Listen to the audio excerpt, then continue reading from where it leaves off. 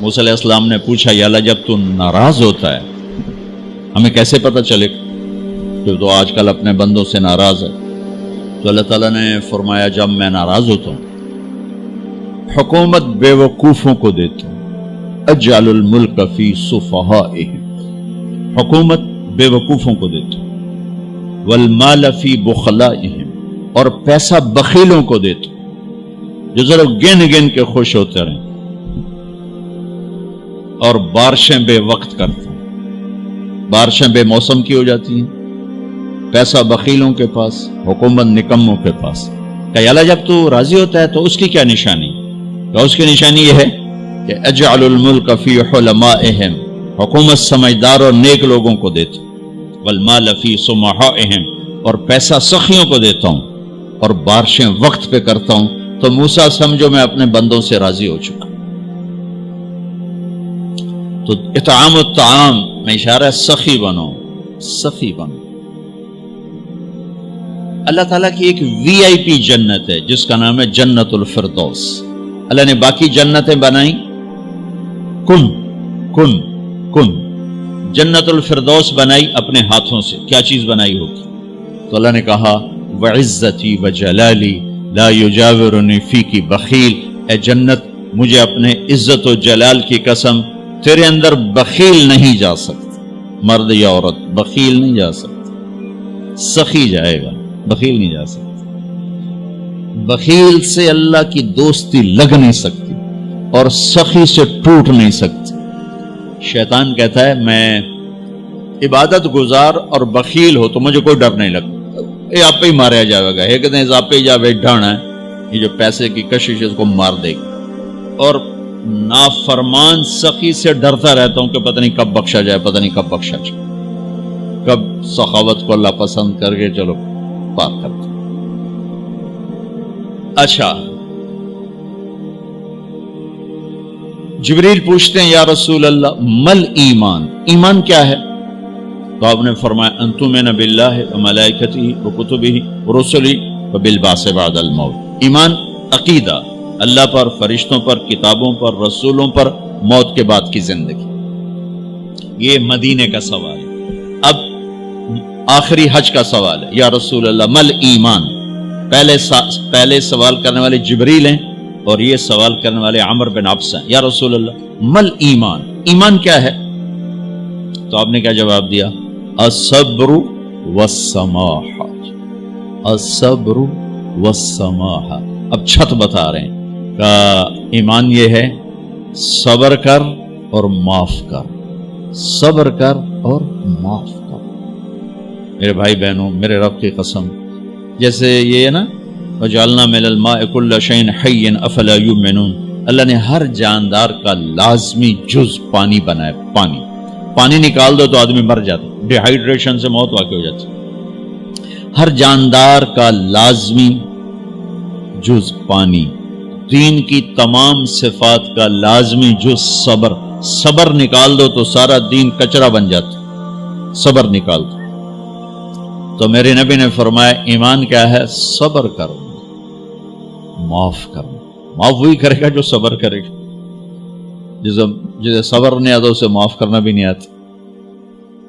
تو ایمان قیامت کے دن اعلان ہوگا صبر والے کھڑے ہو جاؤ، تھوڑی سی جماعت کھڑی ہوگی، بلکہ چلو جنت میں جاؤ۔ ان کو اللہ بغیر حساب کے جنت میں ڈال دے گا۔ اور جب آپ صبر کرتے ہیں تو ایک طاقت بنتا ہے، لوگوں کی منفی چیزوں کو آپ اپنے اندر سہتے ہیں، برداشت کرتے ہیں۔ صبر اس کو پروسیس کرتا ہے، پھر وہ طاقت بنا کے آپ کے اندر سے باہر پھینکتا ہے جو پہاڑوں میں سوراخ کر دیتی ہے اگر ہم صبر کرنا سیکھ اور معاف کرنا سیکھ۔ 21 برس قتل کرنے والوں کے منصوبے بنانے والے اہل مکہ، آپ نے ایک بول پہ فرمایا جاؤ معاف کر۔ کمال، 21 برس قتل کے پیچھے پھرتے رہے۔ جنگ خندق کے فوراً بعد مکہ میں قحط آ گیا تو ہمارے نبی نے 300 دینار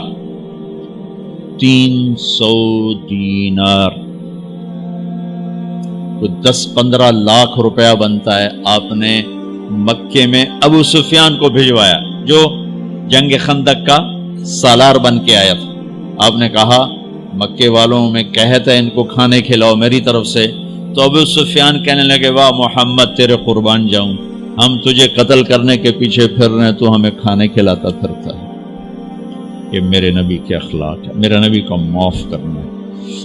آپ سوئے ہوئے ہیں، آپ کی تلوار اٹھا کر ایک بدو نے آپ کے تسلی میں ماری، آپ اٹھ کے بیٹھ گئے تو کہنے لگا کون بچائے گا، یعنی میں تیار ہو جا. تو آپ نے کہا اللہ. آپ نے کہا اللہ، تو اس کا ہاتھ کانپا اور تلوار گر گئی. تب آپ نے اٹھا لی، آپ نے ایسے سیدھی کی، اب تو بچا، تو بتا تجھے کون بچائے. تو کہنے لگا میں تو ہی بچاونا ہے، اور کہیں بچاونا. تو آپ نے کہا کلمہ پڑھتے ہو؟ کہنے لگا نہیں پڑھتا. اب تو آپ اس کی گردن اڑوا دے، یہ خود ہی اڑا دیتے. جو کہہ رہا میں کلمہ نہیں پڑھتا ہوں، قتل کے ارادے سے آنا ہی اس کے قتل کے لیے کافی تھا. آپ نے فرمایا کلمہ پڑھتے ہو؟ کہنے لگا نہیں. آپ نے کہا جاؤ معاف ہو جاؤ، جاؤ معاف ہو جاؤ.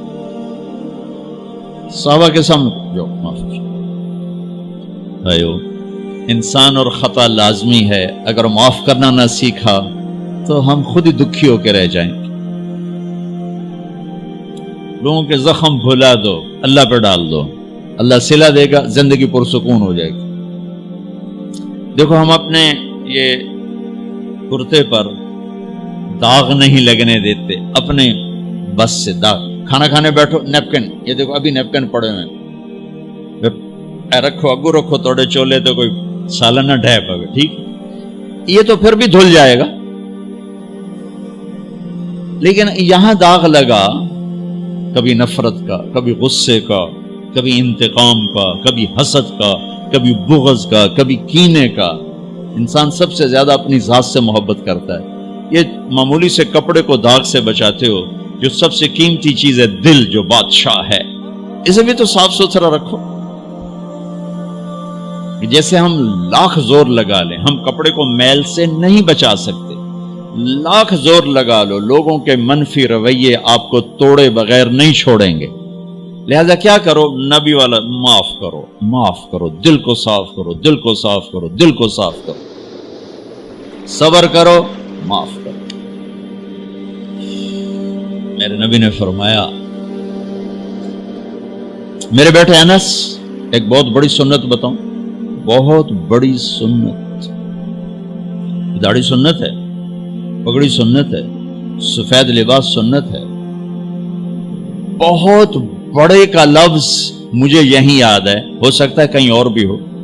میرے بیٹے انس ایک بہت بڑی سنت، اگر تو یہ سنت پہ عمل کر گیا تو جنت میں میرا ساتھی ہو جائے گا. جو بھی کر لے، جو بھی، وہ جنت میں میرا ساتھی ہو جائے گا.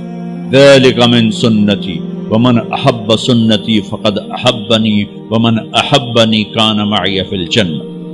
میرا جنت کا ساتھی جو اس سنت پہ عمل کر گیا. کیا ہے یا رسول اللہ؟ یا بنی ان قدرت، اگر تو کر سکے. اشارہ ہے کم تنو اوکھا دسن لگا، سوکھا نہیں ہے. ان قدرت، اگر تو کر سکے. ان استطاعت، دو لفظات کہ بیٹے کام اوکھا ہے لیکن دیکھو تمہیں ملے گا کیا. جنت نہیں، جنت میں نبی کا پڑوس ملے گا. ایڈا وڈا کام تیرا نا دیکھو نا، 4-5 لاکھ نالتا اتنے ہوں ایک گز نہیں لبدا. تو کوئی بندہ بوجھ پا کے آج ₹1,00,000 دا 2000 گز دا بنگلہ لے دیو تو اکثر پاگل خانے گلو ہیں. جنت کا مل جانا بھی بہت بڑی بات ہے، پر جنت میں نبی کا ساتھ ملنا کوئی سوکھا کم تو نہیں ہوئے گا، ہے کری تو پسینہ آئے گا. آپ نے فرمایا بیٹھے ان قدرتا، زور لگے گا. ان تصبح و تمسی، ساری زندگی کرنا پڑے گا، ساری زندگی کرنا پڑے گا. داڑھی تو ایک دفعہ رکھ لی ہے، تھوڑی صفائی ستھرائی ہے، لیکن یہ روزانہ کرنا پڑے گا، صبح شام کرنا پڑے گا، ساری زندگی کرنا پڑے گا. اور تو اس میں تھکے گا. کیا ہے؟ وَلَيْسَ فِي قَلْبِكَ غِشٌّ لِأَحَدٍ فَافْعَلْ صبح و شام اس دل میں کسی کی نفرت نہ آنے دینا، کسی کے لیے بغض نہ آنے دینا، کسی کا کھوٹ نہ آنے دینا، کسی سے کینہ، غش، سارے الفاظ کو اپنے اندر سمیٹے ہوئے۔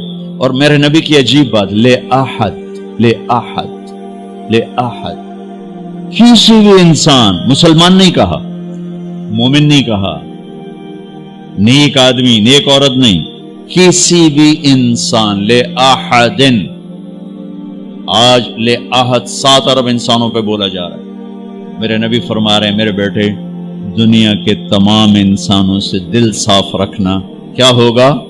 چاہیے تو جنت میں میرا ساتھی بن جائے۔ تو بھائیو بہنوں، ایمان کو مکمل کرنا ہے تو صبر کرنا سیکھو، معاف کرنا سیکھو، چپ رہنا سیکھو۔ ساز خاموش ہیں، فریاد سے معمور ہیں۔ جواب دینا تو کیا مسئلہ ہے، طاقت چپ رہنے پہ لگتی۔ کوئی ابھر جائے، بیٹا ابھر جائے، بیوی ابھر جائے، خامد ابھر جائے، چپ ہو جاؤ، گزار دو اس طوفان کو۔ واپسی میں ایمان کی وہ اللہ حلاوت مٹھاس دے گا، ساری زندگی محسوس کرتے پھرو۔ یہ صفت بھی معاشرے میں کوئی نہیں، نہ کوئی معاف کرنا جانتا ہے، نہ کوئی صبر کرنا جانتا ہے۔ تو یہ میں وہ چیزیں بتا رہا ہوں جو معاشرے میں کوئی نہیں ہے، میں اور آپ کر لیں گے تو ہماری قیمت بڑی لگ جائے گی۔ تو اسلام کی ابتدا بھی بتا دی، انتہا بھی بتا دی، ایمان کی ابتدا بھی بتا دی، انتہا بھی بتا دی۔ یہ شروع ہوتا ہے عبادات سے، عقائد سے، اور مکمل ہوتا ہے اخلاق پر، درگزر پر، اخلاق کی تمام صفات پر۔